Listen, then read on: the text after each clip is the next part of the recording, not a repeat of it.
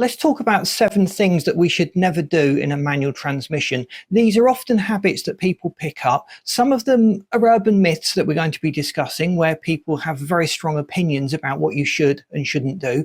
A lot of it surrounds our use of the clutch and the clutch operation. So understanding how the clutch and clutch mechanism works can enable us to build mechanical sympathy for the systems. We're going to look at proper gear selection technique, and whether it's okay to skip gears, or whether we should always follow the gears sequentially when we change gear in our manual transmission vehicle.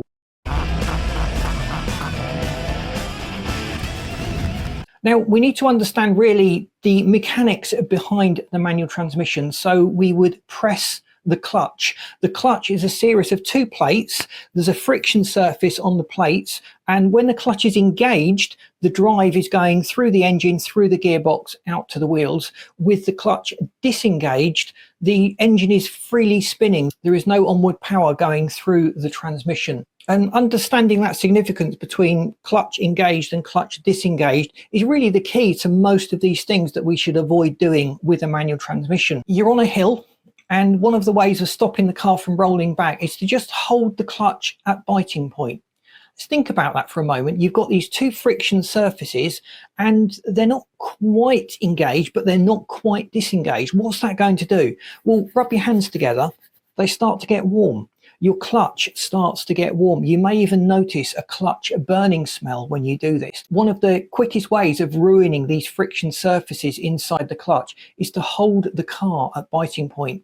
If we're on a hill, use the handbrake. That is what it's been designed for. The clutch engagement and disengagement is solely for getting the car moving, or just as you come to a stop to disengage the engine from the stationary wheels. Another issue is just dumping the clutch. This is where we view the clutch as a binary pedal, where it's either engaged or disengaged.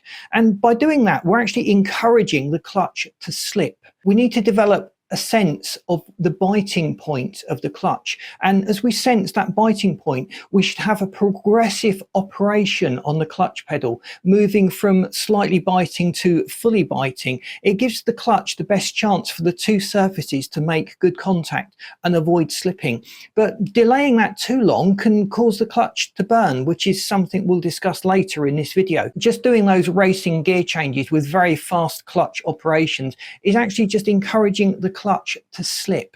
Having a very slight progressive feel as we engage the clutch will go a long way to ensuring we can always get our power fully down. Flat foot shifting, this is where we keep the accelerator fully down to maximize the power that's going through the engine into the wheels. So as soon as the clutch is released, that power is engaged.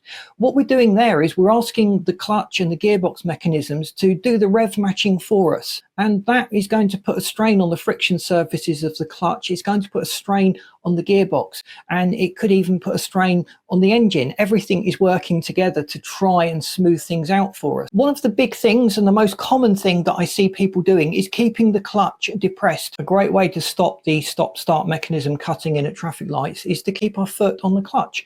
Now, that is putting a lot of wear and tear on the entire clutch mechanism. By keeping the clutch pedal depressed, you're creating all sorts of issues in the whole mechanism. The clutch release bearing, the master cylinder, and all the other components are under stress in this situation where you're pressing on the clutch, and that's going to lead to their premature failure over time. And you might even notice the clutch pedal sticking down occasionally, or not coming up as freely as maybe it did when you first got the car, and they can all be signs of a failing master cylinder, and that could just be a reflection on this naughty habit that we've picked up over the years. With a manual gearbox, you, the driver, have complete choice over which gear you select. That can cause problems. If you are lugging the engine, you're in a gear that is too low and you're asking too much of the engine, that is potentially putting extra strain on the engine. Being in the wrong gear, it causes all sorts of problems, and it's often just laziness. A lot of drivers select Versi gear, 3rd gear, because it kind of works okay at most speeds.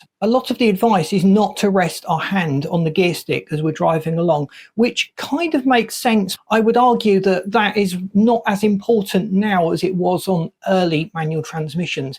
If you put your hand on the gear stick with the car in gear, if you can feel vibration, then it's fair to say that movement from the gear stick or pressure on the gear stick is also exerting movement or pressure at the other end, and that could translate into a little bit of increased wear on the gearbox. But personally, I wouldn't worry too much about that. You've got to be pressing fairly hard in order to do any significant damage, and we're just talking about exacerbating the wear and tear over a long period of time. Let me know your thoughts on that. Do you think it's as important, or that's just one of those wives' tales that have become popular? You're driving forward, you're just parking and slamming the car into reverse. Most cars, it's actually impossible to do that, but don't even try. Don't work against the gearbox mechanism.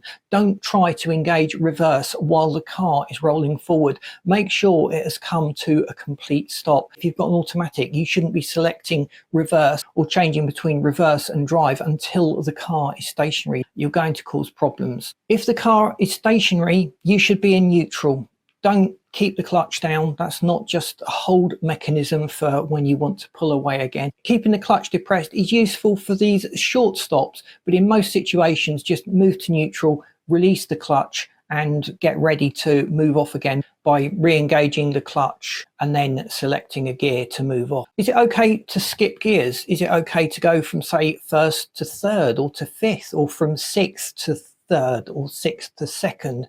Well, as long as the gear you've selected is appropriate to the speed and the load requirements on the engine, it's fine. There is a need to be careful when we're skipping gears, but it shouldn't have any mechanical problems or disadvantages skipping the gears. And most drivers do this quite naturally. You are selecting an appropriate gear, which is not always the next gear in sequence.